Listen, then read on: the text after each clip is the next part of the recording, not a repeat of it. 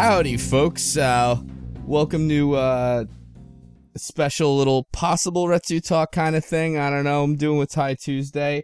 How you doing, buddy? I'm doing good. All right. SGDQ is kind of wrapping up. They're in their 6-7 hour Chrono Trigger speed run, I guess. 5.5, but 5.5, you know, whatever. It feels like 20, yeah. Exactly.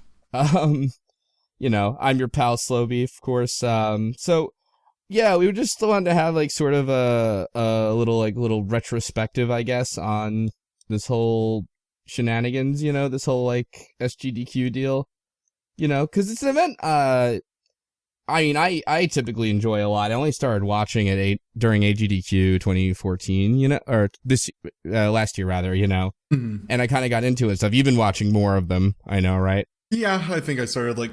It was either A or SGDQ 2013, so yeah, it's been a while, but I mean, it's not too much more. It's blossomed pretty quickly, though. I mean, it started as, you know, a couple kids hanging out, and then it's gotten ridiculous now, so that's what we're here to talk about. Exactly. And I guess for the folks at home who maybe don't know what this event is, I guess briefly, I mean, like, I presume people know what speedrunning is, right? Or it's just like the notion of finishing a game really, really quickly, abusing bugs and things like that, just showing the sort of total mastery of the game where you just know everything about it, like, and just finishing it quickly and in sort of impressive ways and things like that. And AGDQ, SGDQ is this sort of annual live event where they raise money for charity. People like donate, you know, to see like games being played quickly and things like that. Hence the term awesome games being done quickly, etc. Is that like a fair quick summary, you think? Just to summarize it to the way that my boss wanted to know, when myself and one of my coworkers wouldn't stop like quietly whispering about it back and forth for like a whole day, was it is a public access TV fundraiser, but instead of sideshows and musical performances, it's nerds being very good at video games. And that's fair, yeah. That's basically what it is. And people call in their donations, or, you know, in this case, have them read via online application. And sometimes they do what are essentially magic performances in video games. And that's really, I mean, that's kind of what it is. And it's a 7-day marathon of 24 hours of, occasionally they'll put up little prizes that people can, you know, kind of enter a raffle for. So again, very much a public access TV charity stream for that. Like, That's really what it is, and that's how I'd summarize it. That's a good summary, I think. Better than I did, thanks. Thanks for showing me up on my own goddamn stream and everything. But thanks for having me! Yeah, that's the end. Take easy, everybody. What do you call it? So what did you think of this year is the big question, I think. God. So it felt more even, but at the same time less fantastically interesting. Like there really weren't as many high or low points as there normally are, and that's a good thing, obviously. You know, that means they're kind of evening out, but it felt, I don't want to say overproduced, but it felt like there wasn't a lot of the same kind of magic that happens normally. It feels like it was all incredibly well planned. It was all, but at the same time not. I don't know if that makes sense. There was none of the surprise to it at all. There were some things that were better, some things that were worse. I got you. Well, maybe if we get to the specific events, we can talk about that, because I know there's like a couple things I wanted to bring up and to compare to like the previous events and things like that, you know. But like, is Whitwick's an okay place to start? Or? Oh yeah, I fucking love Whitwick's. Yeah, absolutely. That's always like, I love Whitwick's. Yeah, let's talk about him. Same here. Whitwick's made a reappearance with I Want to Be the Boshi, which is like a harder version of I Want to Be the Guy, but which is already like a trolley kind of hard game, you know, more or less.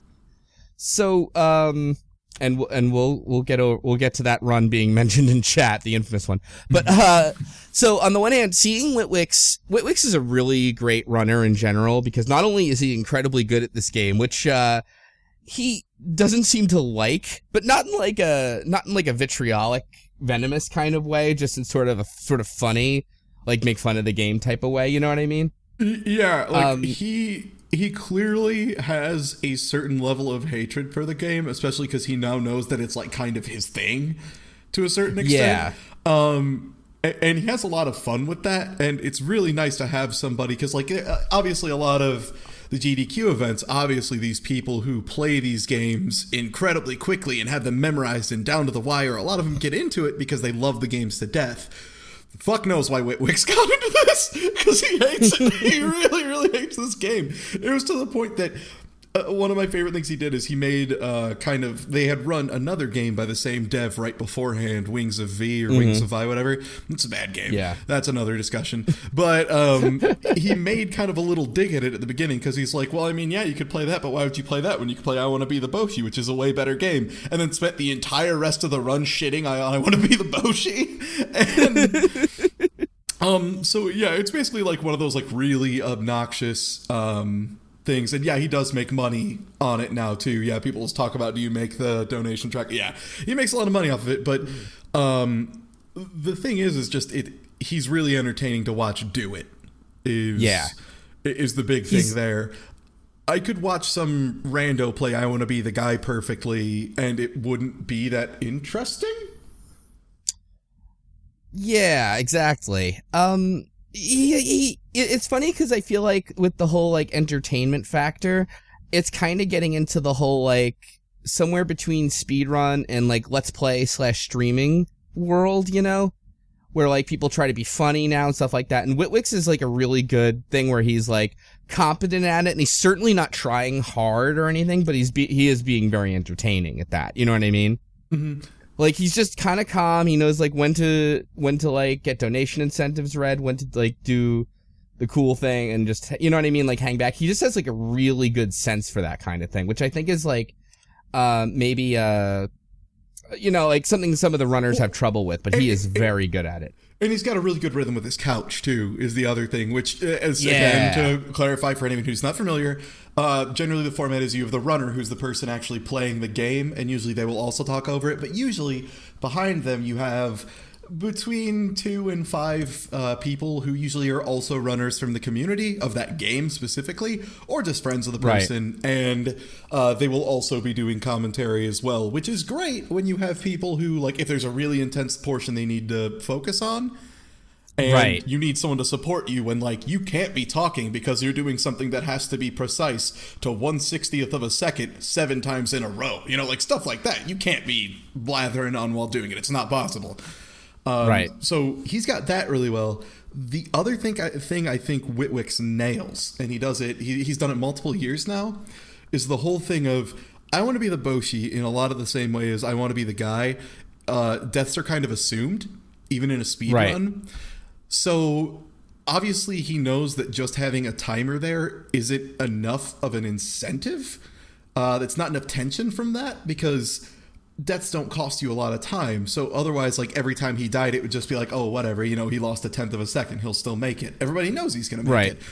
So the thing he does to kind of ramp the drama really effectively is Witwick's just straight up says, every time I die, for every death at the end of this game, I'm donating $30 to, you know, Doctors Without Borders was the charity in this case. It's like, I'll donate $30 for every time I die, and $50 for every time, you know, I die to a boss. Also, my friend on the couch will do the same thing. And so, like, that adds a lot to it, because it's every time he casually dies, that's like $60 going in, just being thrown to, you know, to a charity, obviously. But it gives a lot more of attention to it. Especially when his couch reacts in a really good way, too. Like, I think he did it both years, but there was, like, a part where he's like, oh, man, I've only died, like, 30 times. Well, that's, whoops, oh, that's 36. And then he'll just keep on moving after he just, like, throws himself into an object a couple times, so the person on the couch just kind of, like, puts their hand on their head and, like, slides down the couch and is just a little disgruntled about it.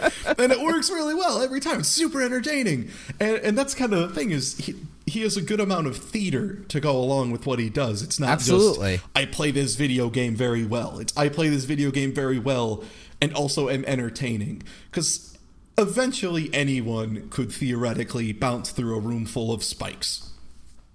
Yeah, exactly right. And that's kind of what I was getting into, where the theater aspect comes in and you get to the domain of, like, this is less about, like, me doing very technical things and just telling it so not everyone's lost, and more into, like, kind of keeping it through like some of the more boring sequences and things like that, you know? Which is like also like when runners tend to do like the whole like, okay, I have some donation incentives, or this is like a good time to read donations and things like that, you know, that type of deal. Which like he's, I think, pretty good about too, of knowing like, okay, I've done this for a while now, let's get some people, because I know they want to hear their like messages read and things like that, you know. All in all, I think Witwix is almost like maybe one of the archetypical examples of, if you were ever going to go on AGDQ or SGDQ, is like, that's the guy maybe to look at to see like, this is maybe how you should act and things like, you know what I mean? Yeah, absolutely. And one of the points you brought up, actually, the whole idea of the importance of not just levying out a technical knowledge, but actually being entertaining, having a bit of back and forth with the audience. And then also the concept of there has to be some form of drama, even if you manage to artificially create it. Kind of leads to another thing of artificial creation that had a total lack of drama and nothing but technical knowledge dump on the audience, which was this year's TaskBot section. What happened there? Did you see the TaskBot? No, I read about it and I was like, wow, that sounds terrible. No. So, as I understood it, because I've only really watched last year's TaskBot, which was Pokemon Plays Twitch, and also the year before it. I kind of forget what it was, but like the TaskBot is sort of like the nod to the tool-assisted side of the community, you know? Exactly. As I understand. What it is they take their pre-programmed input type things and will shove it to the game, kind of like forcing the input. And one of them in particular is pretty interesting, and it was I think it was last year, they took Super Mario World, and the setup they had was really beautiful, again, very theatric, it was very nice looking, everyone was drawn to looking at it, which was the SNES controllers they had like actually like lit up while the buttons were being pressed, so you could see exactly what was actually being input by the TaskBot. So there were like little displays showing like, here's what's happening with these beautiful flashing lights and stands and stuff. And it was gorgeous. They did a great job with it. And what it was they played Super Mario World, and you just kind of watch Super Mario World like be played weird for a little bit, right? And it's just like, didn't make sense. And then the game locks up. And then they are just like, okay, now look at the controllers, and you just see these things just flashing like fucking wild, just going nuts, inputs going crazy, buttons happening on both controllers, just faster than you can comprehend, just going in. And then they're just kind of like, okay, yeah, and check it out. And then they programmed all of Super Mario Bros. Into Super Mario World. And they like then went on and explained how they did it and like how it worked, where they kind of locked the game in a state where they could then control the code via inputs and essentially reprogram parts of the game's memory. So they managed to squeeze Mario Bros. Into Super Mario World in a location in the memory. And it was just like brilliant the way they did it. And then Pokemon Plays Twitch was, Jesus, I don't even know how the hell they did it. They explained that over and over again, and I still don't fucking get it, which was... That was completely crazy. Oh, they managed to make something that read the Twitch chat like as like an IRC, I think, basically. So like an IRC reader, I think it would be at the time, into a Game Boy player, so that via like Game Boy fonts and stuff, they just made Pokemon play itself all crazy until it became a Twitch chat reader. It was ridiculous. Yeah. It was amazing. It was like one of those things where like it exploited like the like, you know, memory like buffers and shit like that. Yeah. Using only like the SNES controller for input and stuff like that, it managed to become like a chat client, you know, and it was just really like sick from a technical level. Like even if you're not super into like that kind of thing, it's like just notice like, wow, they turned a Game Boy game into a Twitch chat. Oh yeah, and you know, I don't even think it was a full like 4 hours before I saw 6 different articles on gaming sites about it. And that's a thing that I think I can like, it's a perfect example of what the problems with this year have been. Last year there were multiple events in each like, you know, stream, each 7-week period, or 7-day period, like each event, that all were generating multiple articles from different tech sites, different gaming sites, all this stuff. Like TGM group, the Tetris Grandmaster group, got tons of coverage. The Pokemon Plays Twitch, tons of coverage, especially because it played off the Twitch Plays Pokemon thing that people had been talking about for a while. You know, it's kind of like a semi-popular thing in those, you know, writing groups. So it was just beautifully done. And then, so this year. Yeah. So you like shmups, yeah? I love shoot 'em ups. Yes, they're one of my favorite genres. Okay, absolutely. So shmups generally scroll automatically, right? That's correct. They are not good speedrun contenders. They are pretty because you can't control really how fast you do it. So maybe for a speedrunning event about watching a thing be done quicklier, a game that you cannot do quicklier would be a poor thing to show.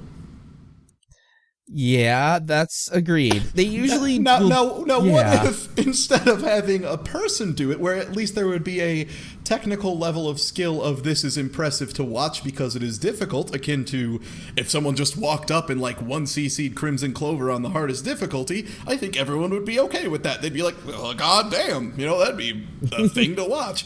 But let's say instead you had a robot do that. Yeah. Okay, now let me stop you there. Now, what if we take it one step further? And well, before you go there, let me throw this out there. But TieTuesday, the issue there is some shoot 'em ups. I know they have that reputation for being a lot about memorization and such, but realistically, there's a little RNG there. I mean, it would be tough to write a test or whatever for it. It'd be kind of cool if you could, unless you picked one that was sort of infamous for being mostly memorization almost all the way. You mean a shmup that generally was poorly regarded by the shmup community because it was too heavily leaned on memorization for optimal scoring versus reactive skill and things that would take a lot to program as opposed to just recording an input and playing it back, is what you're saying. Yeah, I'm saying what's something would be like that though. What is literally the one we're describing? What is that divisive one? Oh, right, Ikaruga. So let's say they did that game. Oh, they did. Say weird. What? Now let's say. So remember how I said it'd be a robot playing it? Yeah. Okay, so due to some loading speed issues with variability of a disk drive on a GameCube, we can't make the robot run, so we're just gonna play a YouTube video that's been available for a year and a half. Yeah, they're gonna love it. Yeah, so that's why the taskbot block kind of fucking crashed and burned like a motherfucker this year. Wow, who okayed this? How can you be the technical group that did all those amazing things with taskbot and then have that happen to you? Like, you must surely realize that the whole loading issue, like, if you thought all that, and that you're trying to do this anyway. Yeah, wow, that's a really disappointing kind of thing, honestly. I really love the event. I don't want to come down on it, like, all so much, but that's really, like, what the hell is going on here, you know? Kind of shit. Yeah, and people are saying that, you know, taskbot saves stuff for AGDQs. I see that happen. I see people bring that up every time I mention it. Guess what, people? People don't care about the difference between AGDQ and SGDQ anymore. You have 125,000 at some people, sometimes like, 150,000 at CapSats occasionally? People watching. I'm going to go ahead and say that most of them don't differentiate between AGDQ and SGDQ. They don't think of one as like an off event of another.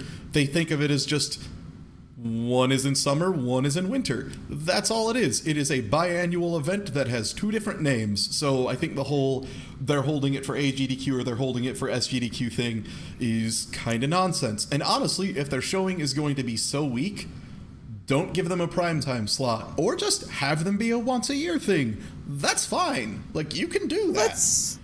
Yeah, totally. It's totally acceptable. Especially when they're doing these things that are just complete bombs they drop on the stage that everybody is just blown away, and Kotaku and Polygon all write up articles immediately, and everyone's having a fun time. People are reading and going, holy shit, you're kidding me. And then everyone reads that on Tuesday and checks this thing out Wednesday, and viewership spikes by 35K. Make sure there is some gravitas to what they do.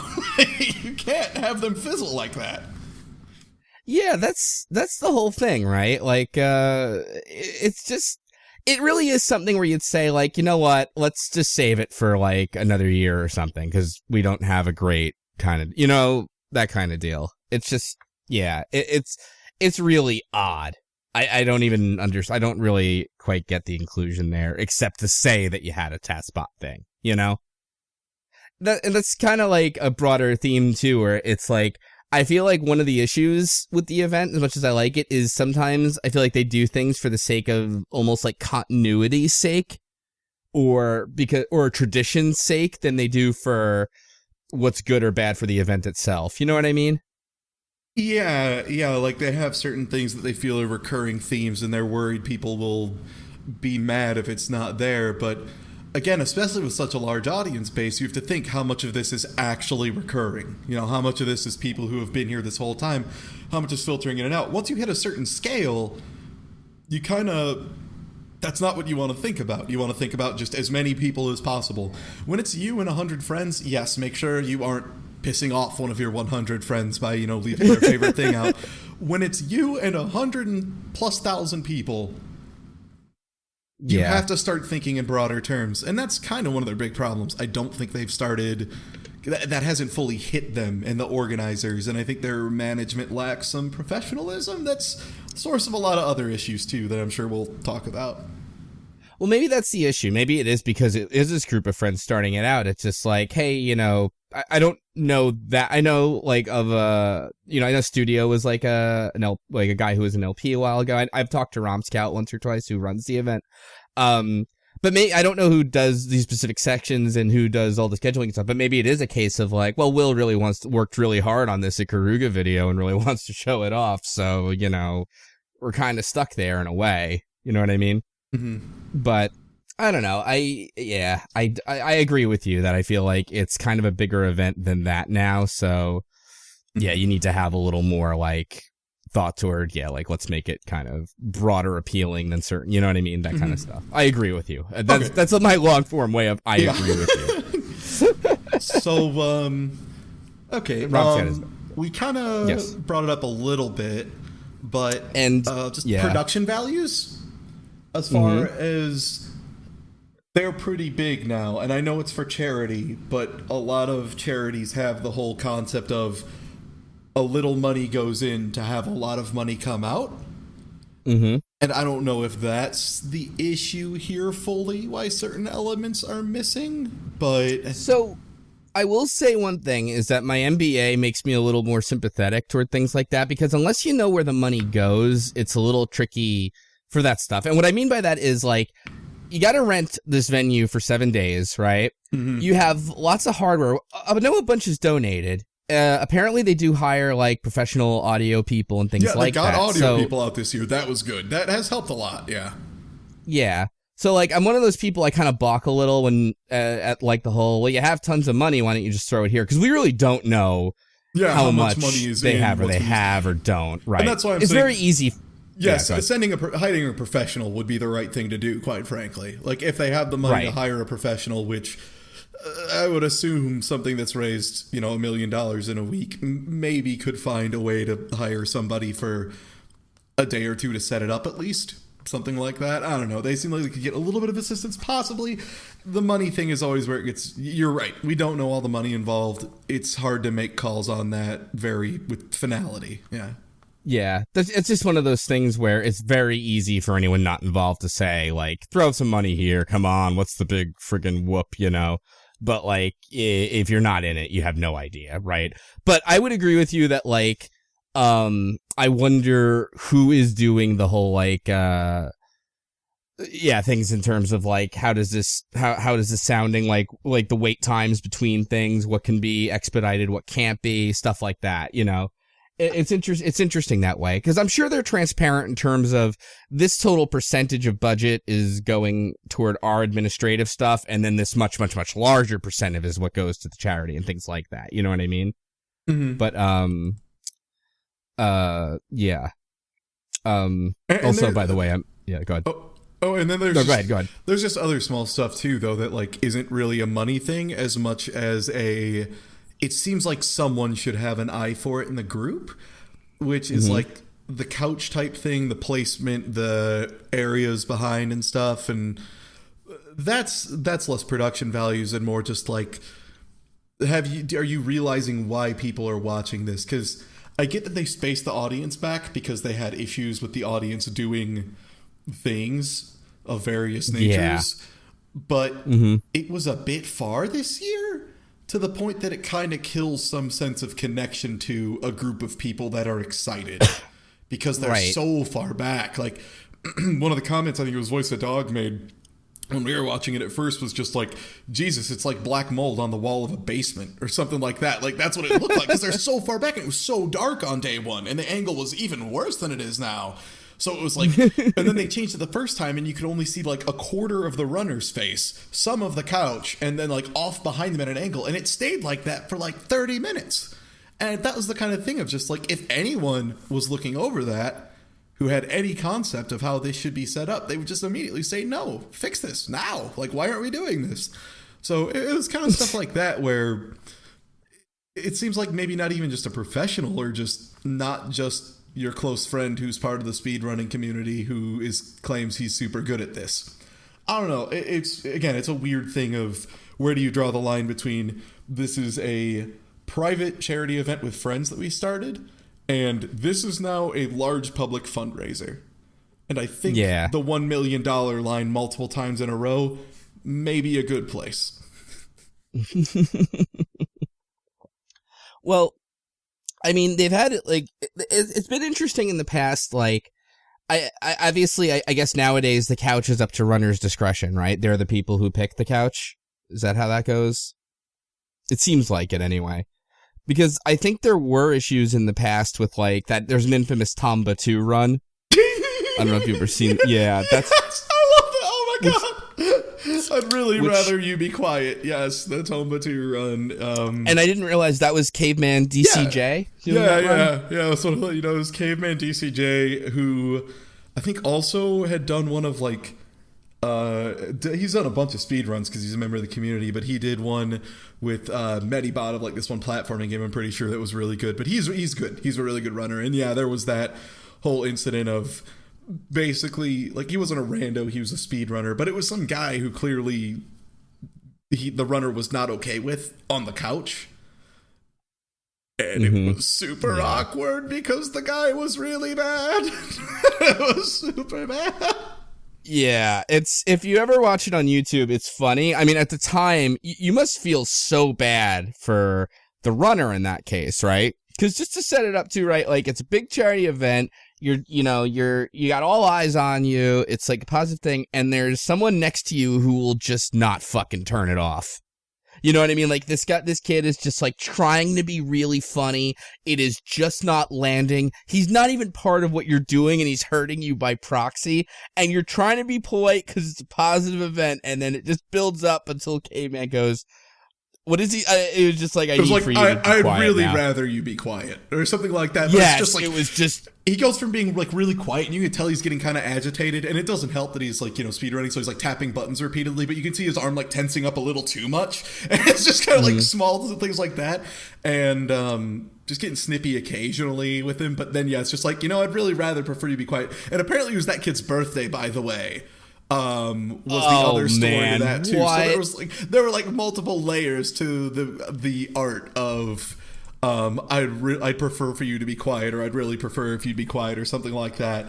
But yeah, it was that, and I think someone else also had someone else, I think it might have been Cosmo or something, had to tell someone to be quiet too, but was a little more graceful, I think. But yeah, and it happens, and that's kind of a question too of like, who are you letting determine gets to be on the couch? That's a weird thing.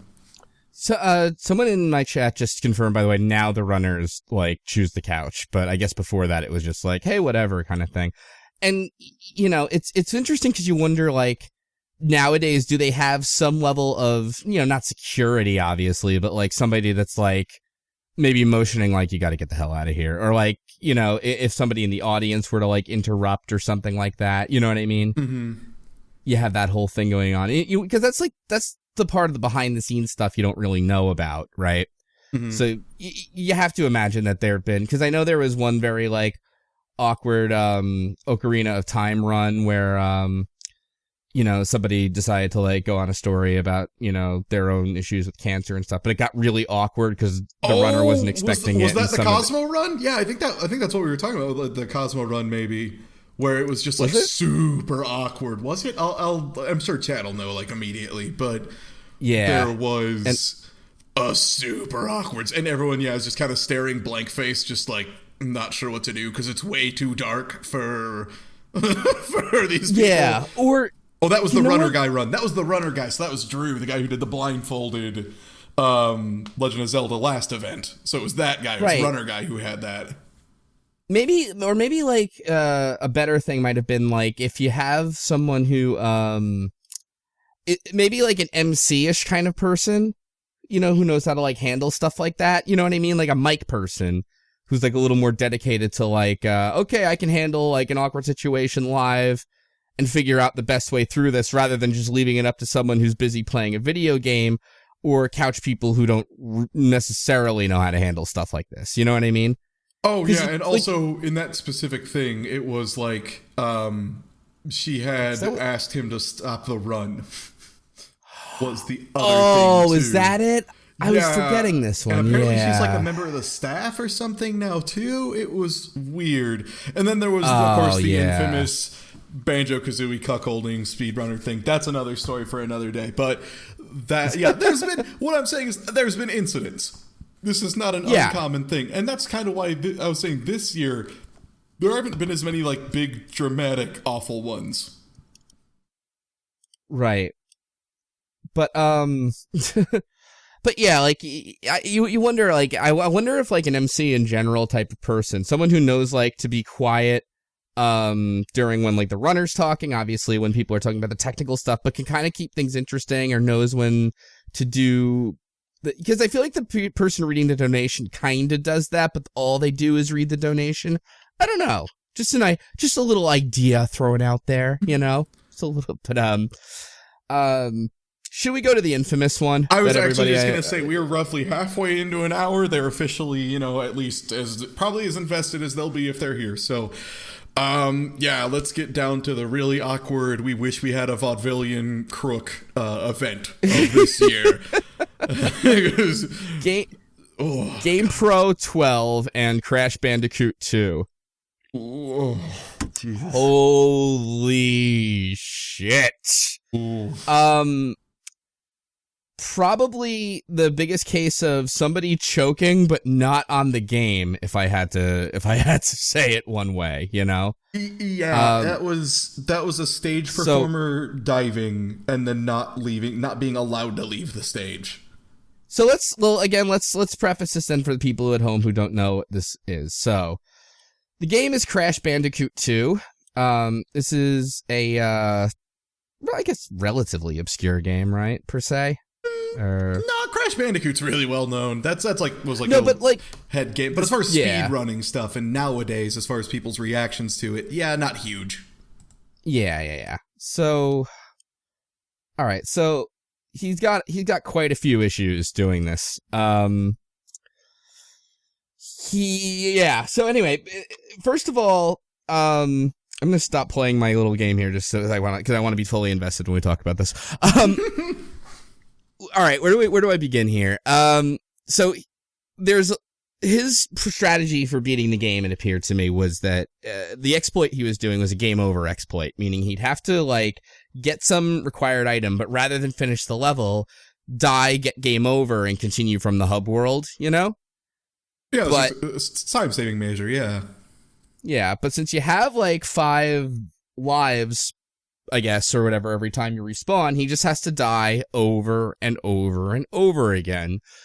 So, I guess in his attempt to make the speedrun more entertaining or funny, he really just kind of kept telling this like same joke about, well, I guess we gotta kill myself to help people over and over and over. It was just like, I'm gonna do this because I really love killing myself. Ooh boy, I can't get enough of that killing myself. Except, his delivery was awful. It was the worst.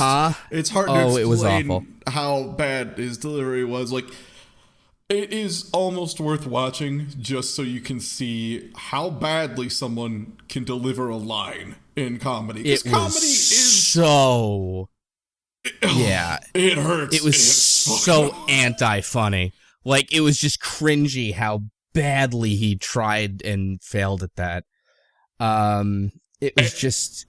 And instead of taking the cue and maybe just, like, stopping and kind of like, because, you know, you're allowed to fail jokes. Trust me, I do it every day. A lot. So, like, you're allowed to have bombs. That's fine.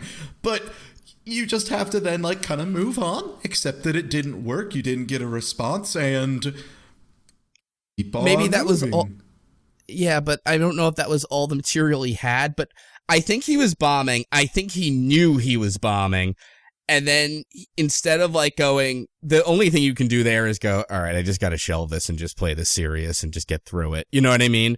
But instead, I think he kind of panicked more and started to like reach out. He went nuts over this stupid mango fruit or panko fruit or some shit too. Yeah, there's a fruit in the game and it's just called like a badunka chud fruit or something. I can't fucking remember, but it's like got some name and they started there was making jokes about it and then, in general, and he just wouldn't stop. But he was just failing. His delivery was bad. He was pretty annoying. He couldn't stop.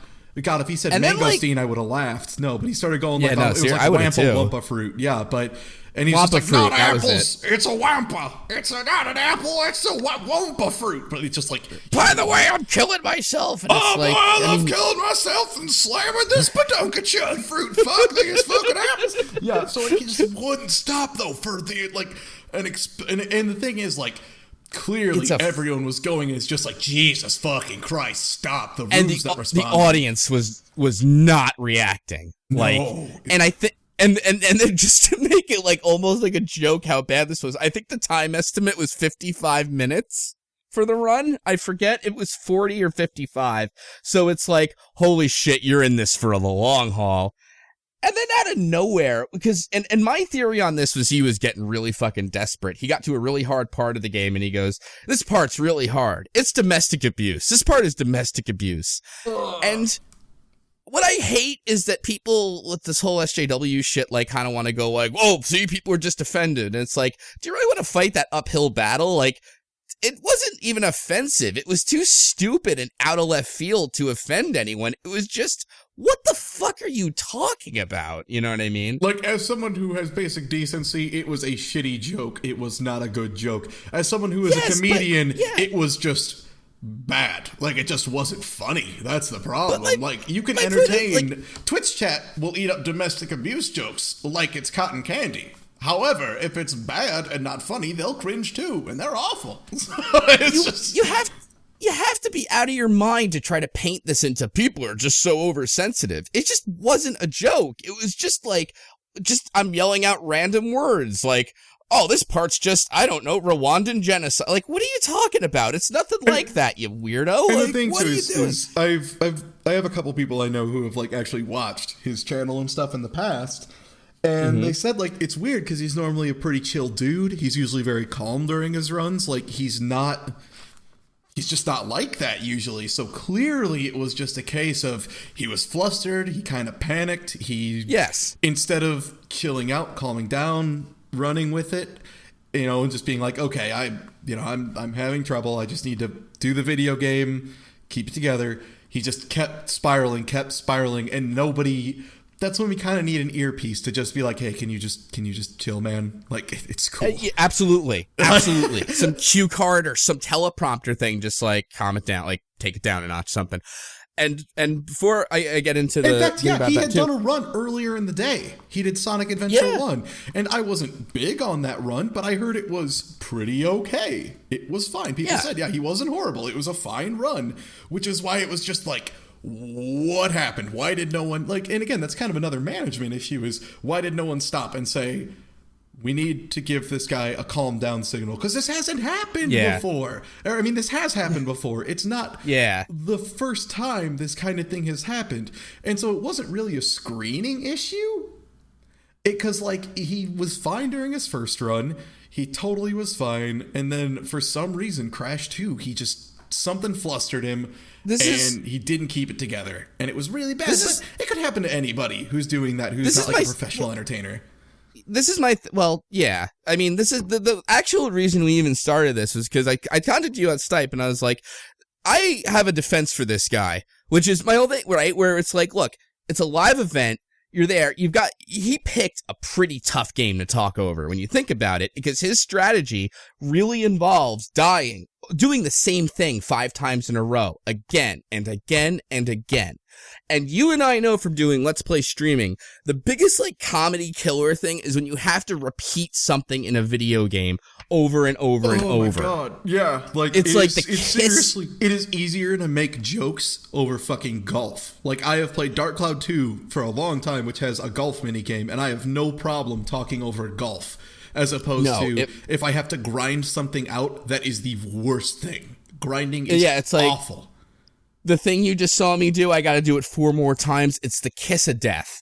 It's like the number one thing you cut when you talk about editing and shit like that. You know what I mean? And if you're streaming, you're just like, I got to go to chat and hope something can save me there.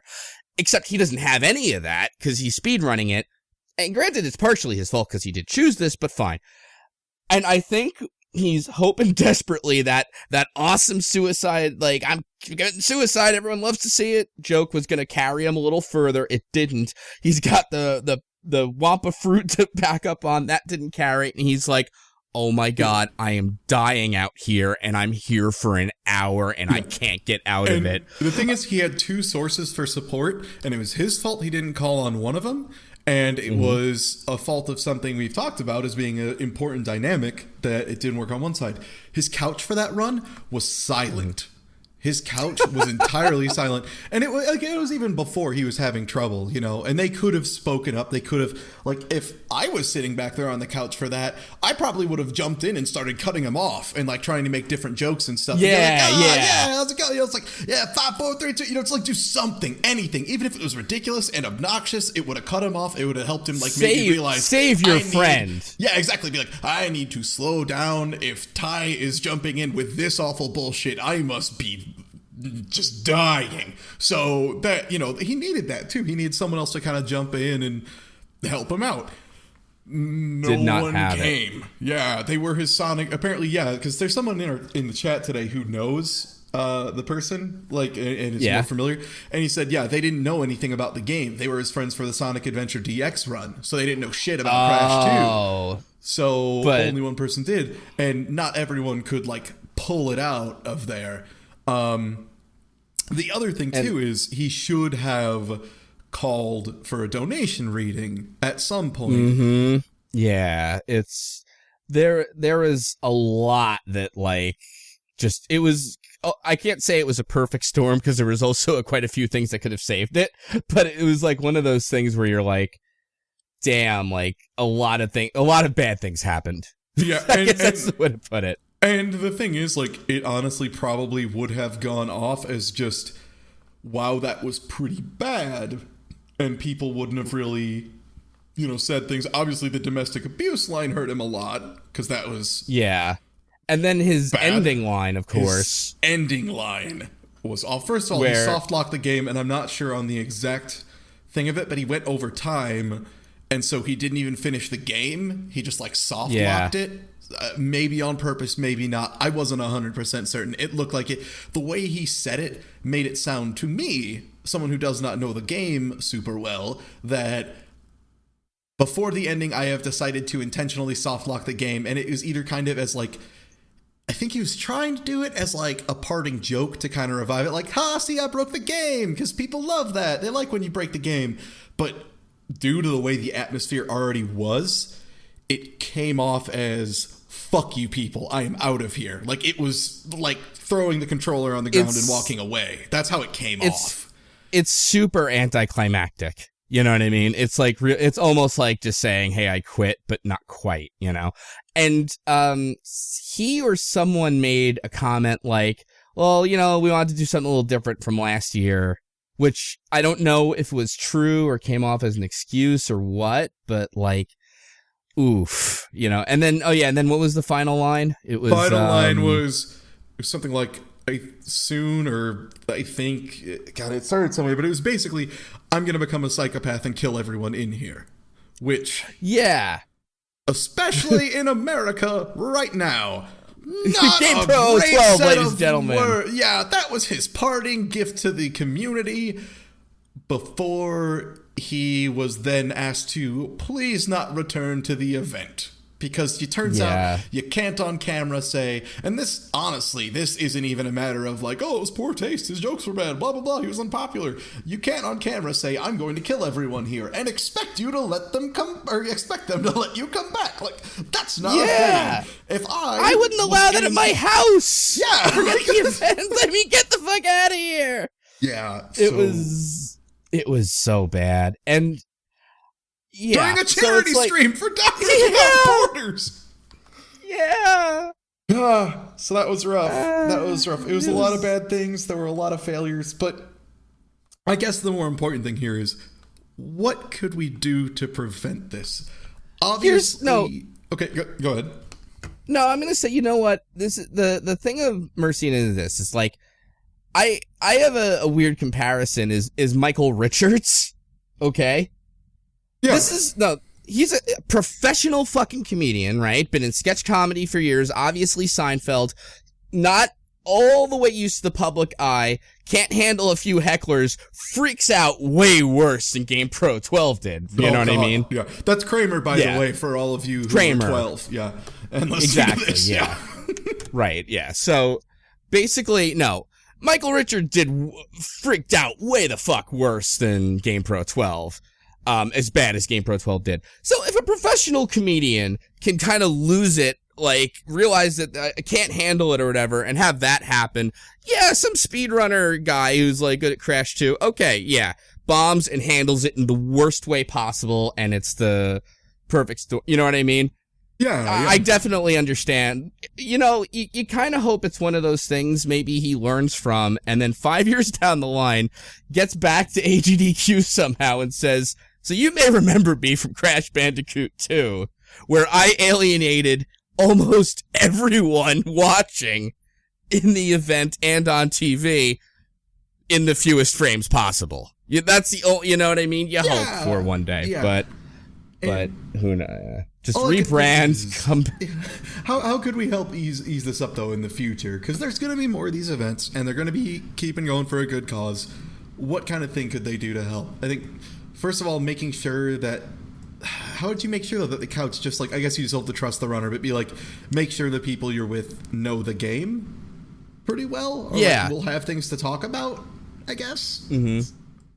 Yep. And then you need some sort of system in place if something is really, really like falling apart.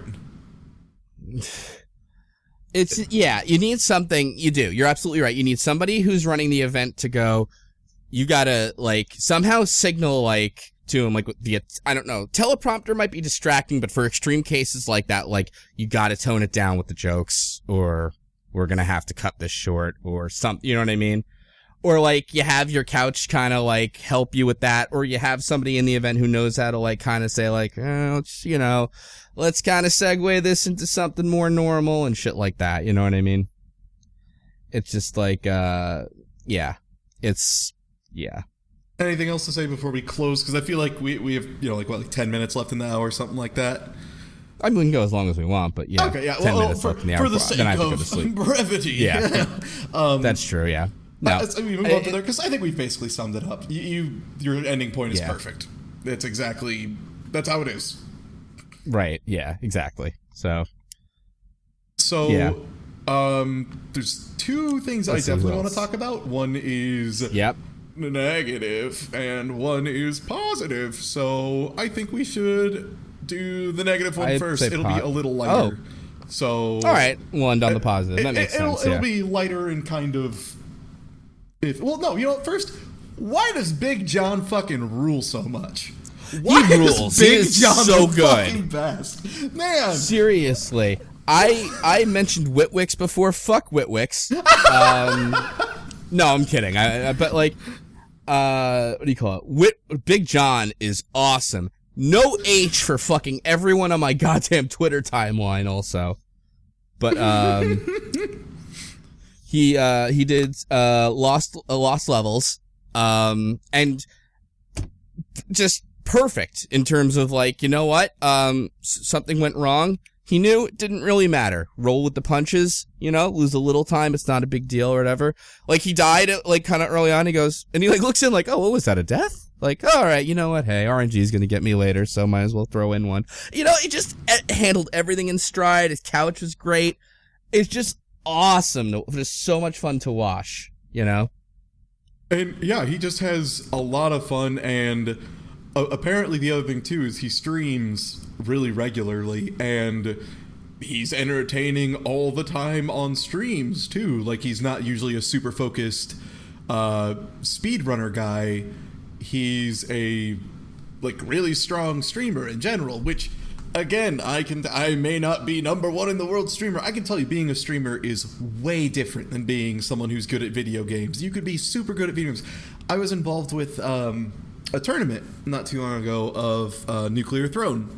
Really good game by Vlambeer. Awesome stuff. So we ran a tournament of it. So obviously it was literally a speedrun tournament. It was great. We had tons of people in there. So the first round of it, so much of the stuff got scrapped because, as far as like the races and the videos, because either people's audio quality was bad or there were some of the issues like that. That's fine. That's technical stuff. That happens. But then there were a lot of them where the commentary was just dead. It was just no one was saying anything, or there was no chemistry between these people, stuff like that, and it was just super rough. But then once they had like one group commentating over all of it, it was perfect. And it's such a big gap, and I think that's kind of one of the things they struggle with at SGDQ is commentary over just being good at a game. And Big John is awesome at that. He's obviously very good at the game. There's no questioning that. You can just watch. And he's really entertaining, and he's got great chemistry with everyone on the couch. Like, in general, his people back and forth. And that was the same thing with Witwix, too. It's just great chemistry back and forth. Right. Witwix is a person you should look toward because it's almost like these are good general tips for how to do it. Big John is like expert level. You know what I mean? That's like, this is the guy who absolutely can do the speed run and pull off, be like totally entertaining and fun throughout and just be awesome to watch. Great guy, A++, everything is wonderful. The world is happy. Yeah, he's like a speedrunner and an LPer, as opposed to a lot of people who are, you know, just one or the other. In fact, some speedrunners pride themselves specifically on not being Let's Players. And I make very important points that I am not a speedrunner and will never be because I am bad at things. But Big John's like a really good mesh of the two.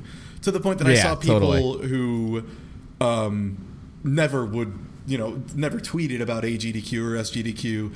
I saw tweet things like, you know, like, Big John has to be the most lovable motherfucker in America, or just things like that. You know, people just like, how is this guy so good? Like, everybody was just like, man, I wasn't talking about it, I was just watching it, but Big John is amazing, because he really is. He's awesome to watch. Totally amazing. I love that guy. What do you call it? We should go over then, a negative thing, which was I was gonna go over save files and seed usage, which sounds that's where I was going. Super dry, but also kind of a key issue because it came up a few times and it was a crash every time it was mentioned. And this came up particularly in the big ones where I didn't see it personally, but people told me it happened during the Shenmue 2 run. I saw it happen in the Binding of Isaac run, which was gross, and that was really the worst one. And then the Minecraft run, it came up too. Okay. And so the big issue here is, in general, people agree that speedruns are, you know, you just play through the game or something. You know, like, you just play through it. You don't do anything weird. Oh, yeah, and Wings of V had it too. That's right. But so Binding of Isaac is a good place to start because it's a very strong example of this. So the Binding of Isaac runner did his standard run, which was already using Azazel or whatever, which is, you know, really powerful character, questionable as a run people would want to watch in the first place. But whatever, he did that run standard. It wasn't impressive, but he did it.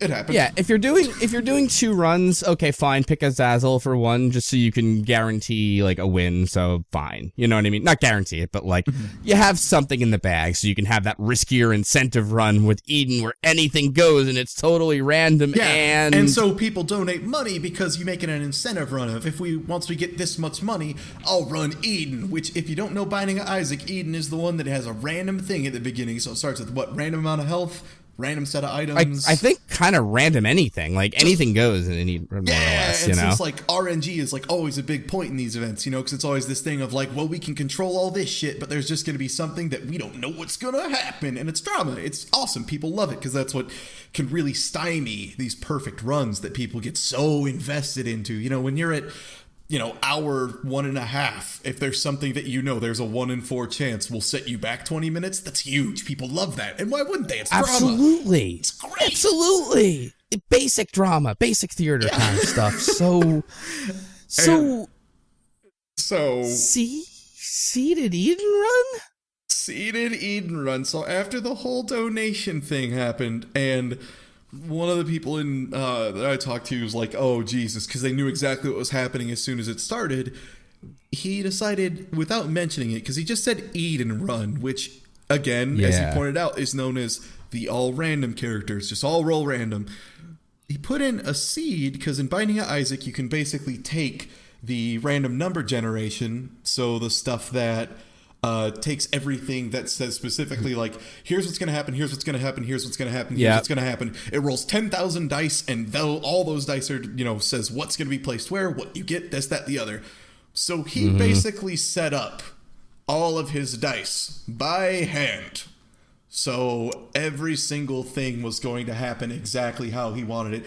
And the problem was, it literally was awful. And he started it off. The thing is, he said it at the beginning of the run, but he didn't say it when it was a donation incentive. And so it was really boring, because what it was he basically gave himself a setup with Eden that I could hand your daughter the controller and say slap it and hold down the buttons, and eventually would get to the end without dying. It was so broken. You know what? So here's what happened. I missed the beginning of the run. I tuned in like a minute or two into the Eden run, and I saw it was like tiny circle brimstone, like just Tammy's head, like just screen clearing. I'm like, that's so funny. He got that early. And then I looked at Twitter and I'm like, what? It seriously is kind of like false advertising, because it's like, hey, we're gonna do this random thing, but then take out the random portion, so we're just gonna do a really easy thing. Like, why would you do this to us? That was just terrible, honestly. It was really bad, because it, honest to God, it's one step away from putting in a code, and it's basically not putting in a code only in name. Because you literally have to go in and type in a string of characters and letters that give you exactly what you want. And then you start the game, which is what they did. So that is beyond shady. And you already did Azazel or whatever, as your first run, which Azazel, for people who don't know, is far and away the easiest character, to the point that if you have beaten that game a good number of times, anyone, especially because SGDQ is supposed to be, like the top of the top. These are the best people at this in the world, here to do this thing. I could probably run through with Azazel and get probably 5 out of 6 runs in about the same time he did. Like, it just really wasn't an impressive run, and he followed it up with that. Yeah, it was pretty fucking bad, honestly. I don't even know what to say. It was just really fucking bad. Yeah, and it's an RNG game. Why would you keep bringing RNG games? Which brings to the next point, because the two things I'm going to talk about had RNG problems. So Shenmue 2, I'll talk about quickly because I don't know everything about it. Right. And I want to, by the way, I want to double back to one part of the Isaac thing to bring in a point after you're done, but let's keep going for now. Yeah, Shenmue 2. Okay, Shenmue 2, and I don't understand the full details about this, but basically what it was, from what it's been described to me as, was there is a point in the game where you have to, for the run, gamble and win like some cards or something, and if you win, you get enough money that you can then continue on. Basically you need to like double your money at some point by winning cards, and the cards are entirely random. Okay, that's fine. People figure out, okay, so how do you manipulate the odds? How do you do this, that, the other? Is there a way to do it? How much time are you going to lose? Apparently it's really hard to hit or something. And on top of trying to do this run, every time you fail it, you have to like reset the console or something. It just takes a long time, I guess, is what the problem was. So he kept going, and he had to reset more times than he wanted or something, and had, what people refer to as marathon luck, which is a term, it's just marathon luck. Yeah. I need to, I need to make sure that I have all these backup strats and backup strats in case there's a problem of this stuff. So what he ended up doing was he failed it so many times, he just said, oh, well, I don't want to kill the run or something, and then decided to load a save file that had already done the thing he needed to do. So, yeah, that's what's the word I'm looking? That's tricky, right? It's a super gray area because everyone knows it's possible, but at the same time, if you think of it from a video game standpoint, if I was showing you something, if it was just you and me hanging out at my place, and I was like, yo, watch this really cool trick, I'll beat the whole game in 20 minutes, and then partway through was like, well, I do this sometimes, and I just load it up. Would you be okay with it? Would you be okay with it? Or would you be like, nah? You know what it is? It just depends, because it's like, and I don't know enough about Shenmue to tell you, but if it was like something where it's like, okay, we just sat here for an hour and this thing that didn't happen is going to waste all that time, and it would take me another hour to do it, and we have other runners to get to, you say, okay, fine. It's an RNG thing, you can't control it.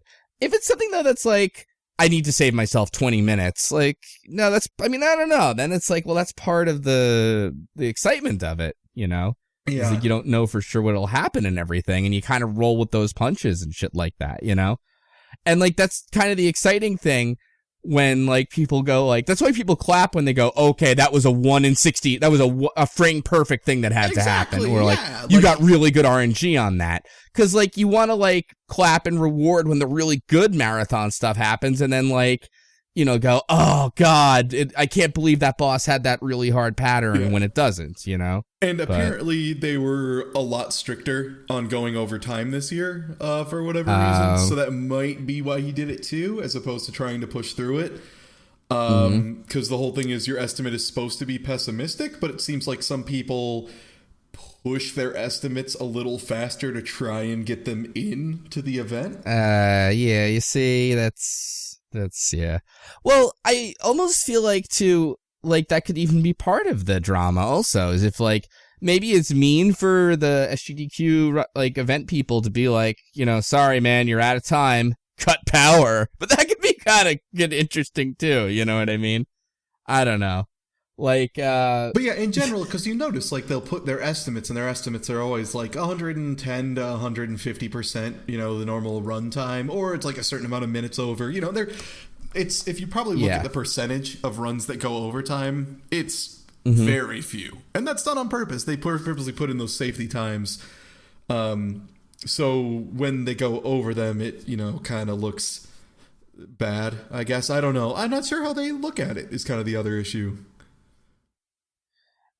Well, here's the thing, and I don't know if we want to get into Minecraft or not, because that was another seeded thing, right? Which ended up being just kind of boring. I'll just go quickly with that, but yeah, Minecraft, basically what happened was, same kind of thing, they did this whole Minecraft run, which I understand why they did Minecraft. They did Minecraft because Minecraft is very popular with the audience and with the parents of the audience.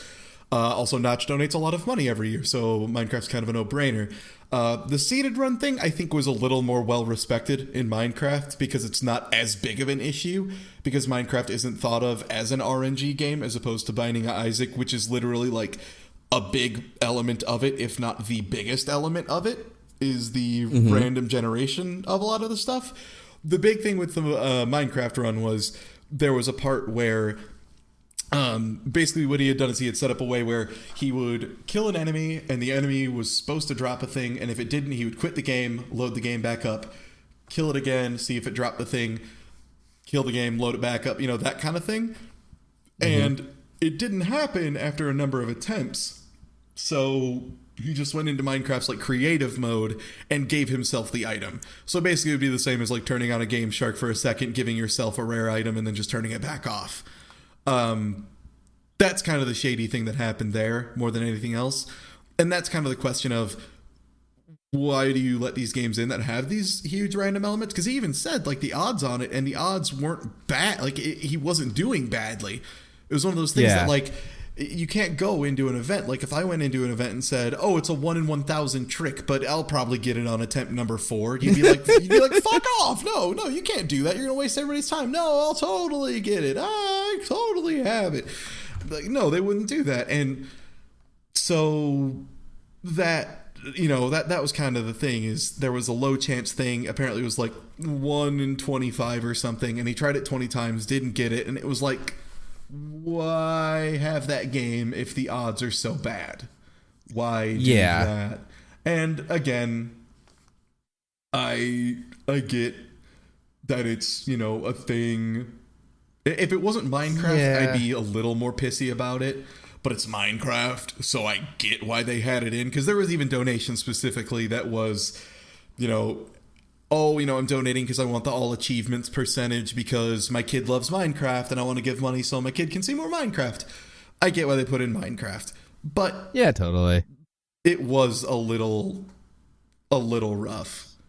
Well, yeah. Well, here's what I'm going to say about that, because you didn't. I don't know if you watched the Swordless Link Run. That was mentioned on I haven't caught that yet. Yeah, it's a really great run. And I kind of hate to spoil the ending, but I will here because it's necessary for the point I'm trying to make. They died again. If you don't know the Swordless Link Run, you need the sword to kill Ganon. It's the one problem with the run, right? It just, you can't finish it. So they get the wooden sword after everything else, and then they go fight Ganon, but it is kind of hard, and they die, and they try again, and they die, and they get overtime, and it doesn't work out. It is still a really good run. It's still really interesting to watch. The tricks they pull off are great. Yes, it's disappointing, but you know what? It's not like that took down the event or hurt it, And if you think about it then, let's say you do the Eden run, the incentive, you don't seed it, and you just get shit fucking luck.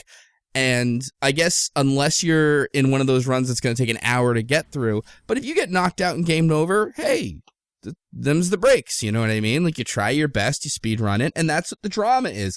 That's why people are watching. If we all knew, like, all the runs were going to work out with, like, 90% certainty, it's not as fun. It's, like, kind of cool to see it when it screws up, because it makes the victories that much sweeter, you know what I mean? When there's the actual risk involved.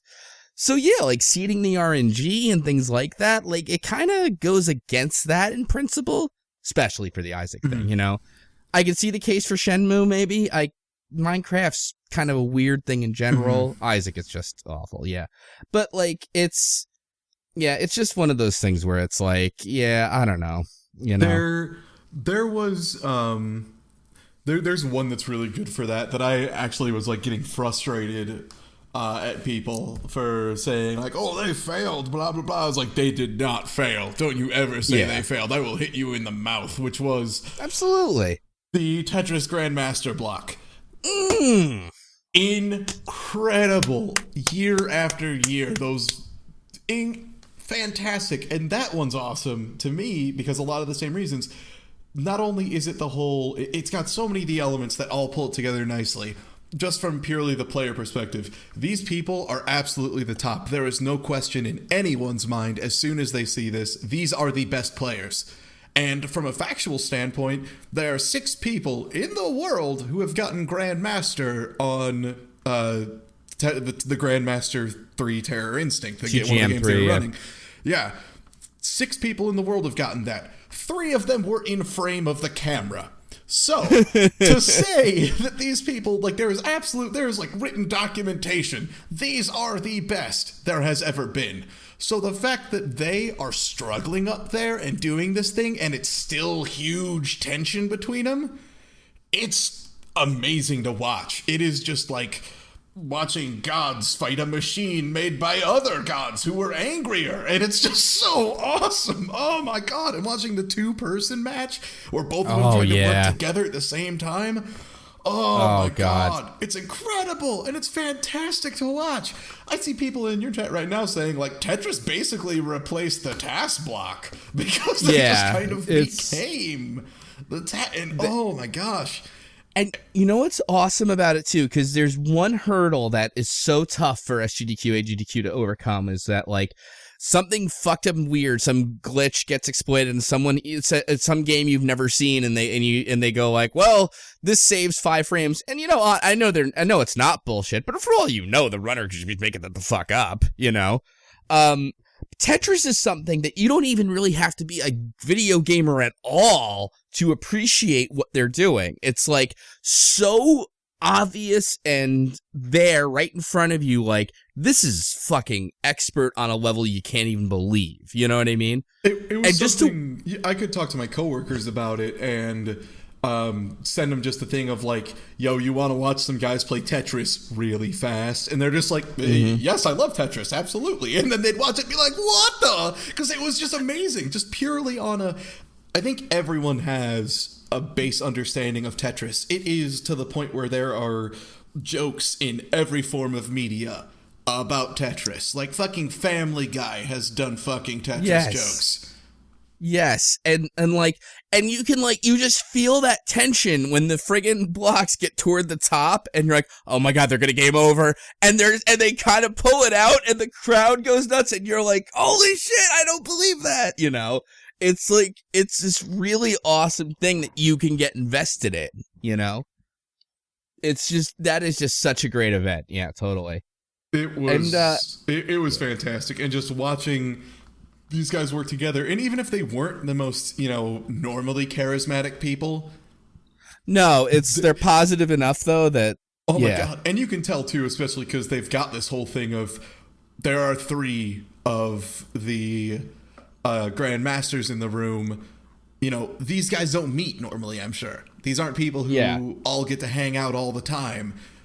They're meeting people that they know through leaderboards and names on the internet as people they either look up to or are in fights with constantly, stuff like that. So they are overwhelmed with positivity. They are so excited. The fact that they're showing the world Tetris the Grandmasters, which is something no one in the U.S. had heard about before these people showed it at AGDQ. I didn't know what it was. After watching that run, I tried to stream that game. I found a way to kind of backdoor run it, and get it working and play it. I watched it I played it immediately. It's impossible, by the way, but I played it because I was so excited with how excited these guys were. Oh, they're amazing because they're so into it. You can tell they're passionate. They wouldn't be, 3 of 6 on the planet if they weren't. It was great. It was just a super, super good block. They've done it twice now, and both times were amazing. It's I every time I'm gonna watch it after this. I love that block. It is so goddamn good. Oh, and then the part where they showed off the weapons or whatever, the weapon Tetris block or whatever, where there were different items that would go off and form giant Tetris blocks, so they'd turn to ASCII blocks or all sorts of ridiculous shit. Things would just kind of randomly flip around and go crazy. Oh, so good. So good. Yeah, the whole TGM block in general is fantastic, and that's another thing. That's kind of the other kind of run that I think works, where there's so much skill that everyone knows, and everyone understands the stuff right away. There's the first run when they showed the invisible credit roll. Yeah. Everyone was at a loss. I love that. Yeah, I actually had seen that in TGM before, like once years back, and it was some like Grandmaster kind of or something. Yeah, exactly. And to see them actually do it was just insane, you know. But yeah. Well, what do you call it? I guess we're I don't know. There's a couple other good speed runs. We might as well just run through some other good stuff here and there. Some that I caught, some that I didn't. I heard the roundabout.com roundabout speed run was very good from what I heard. I still have to watch that. That's supposed to be very, very funny. I've heard, I know the devs called in, of course, as they would, and I heard there was a lot of good things about it. Shovel Knight was really good. Shovel Knight was very good. And that had the Devs Yacht Club called in. I heard Cave Story started out pretty bad, but yeah. I tuned in about 20 minutes in, and then it was seemed alright after that. Right at the start, the person on the couch was bad.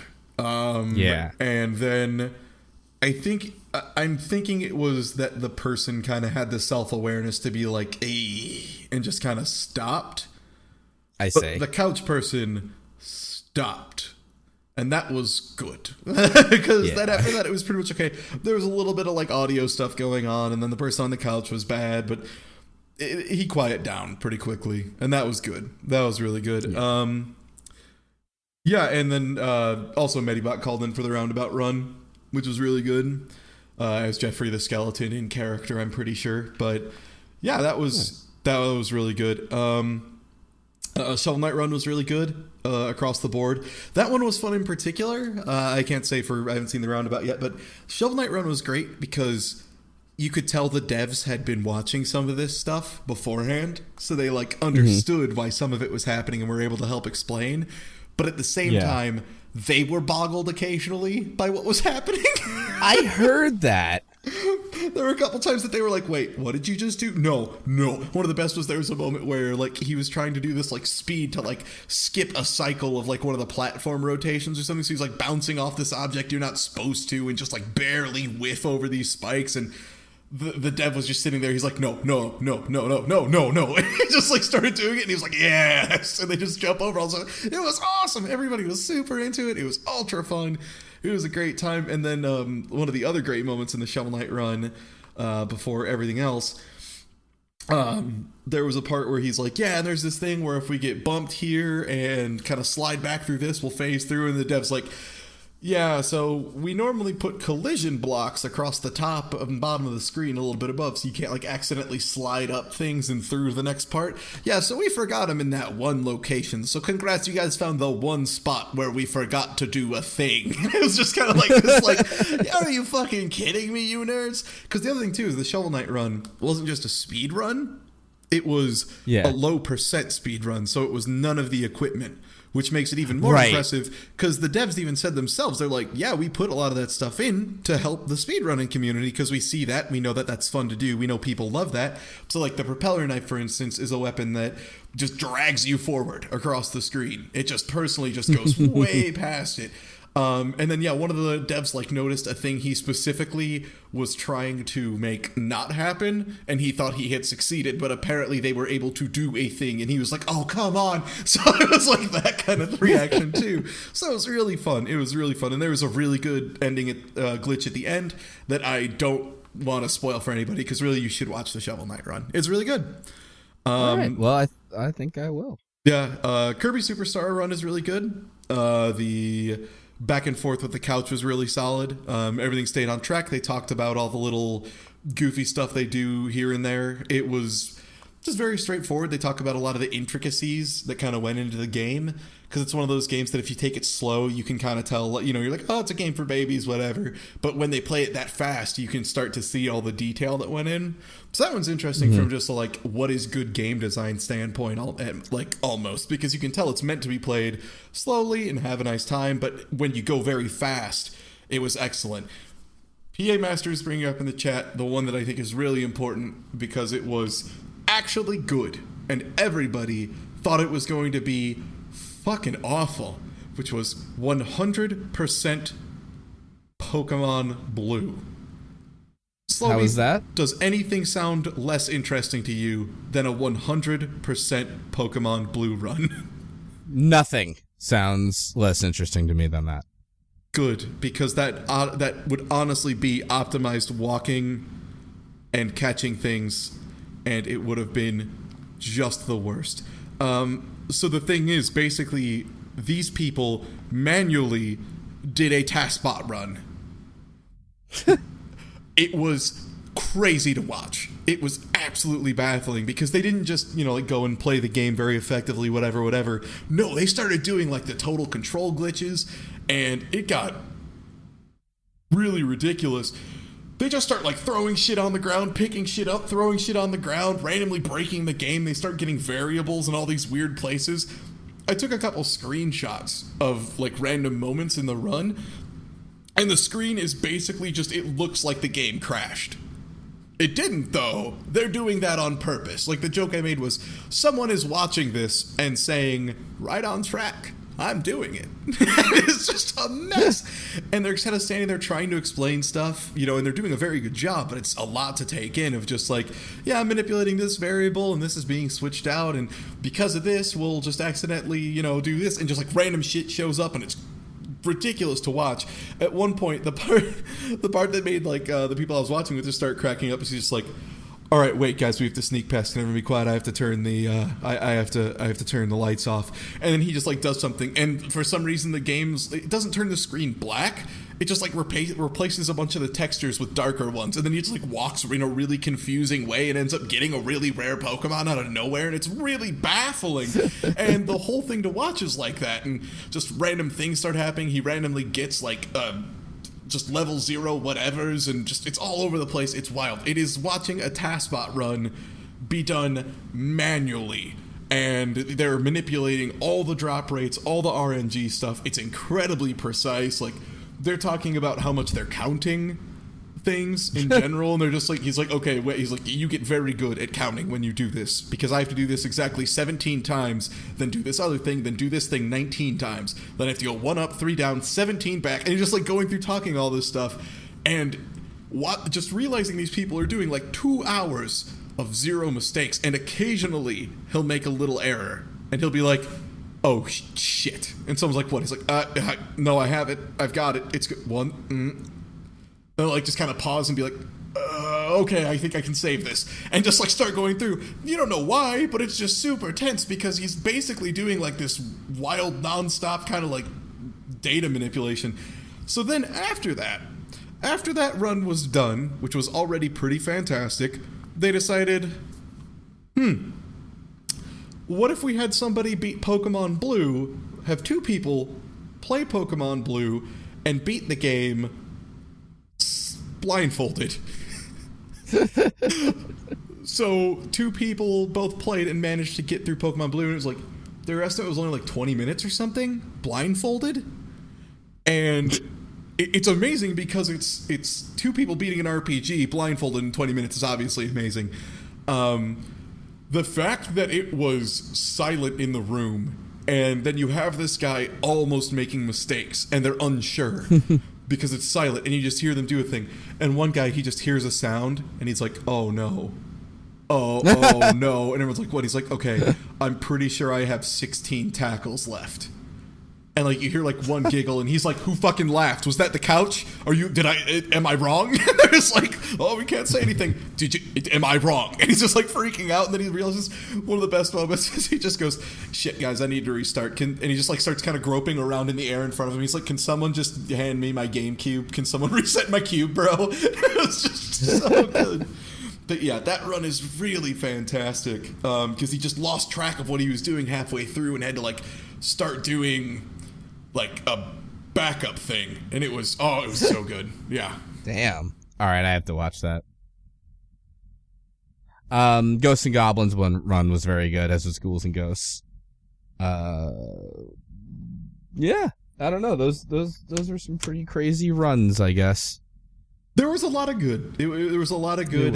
There were some disasters, but not nearly as bad as the disasters have been. This is true, yes.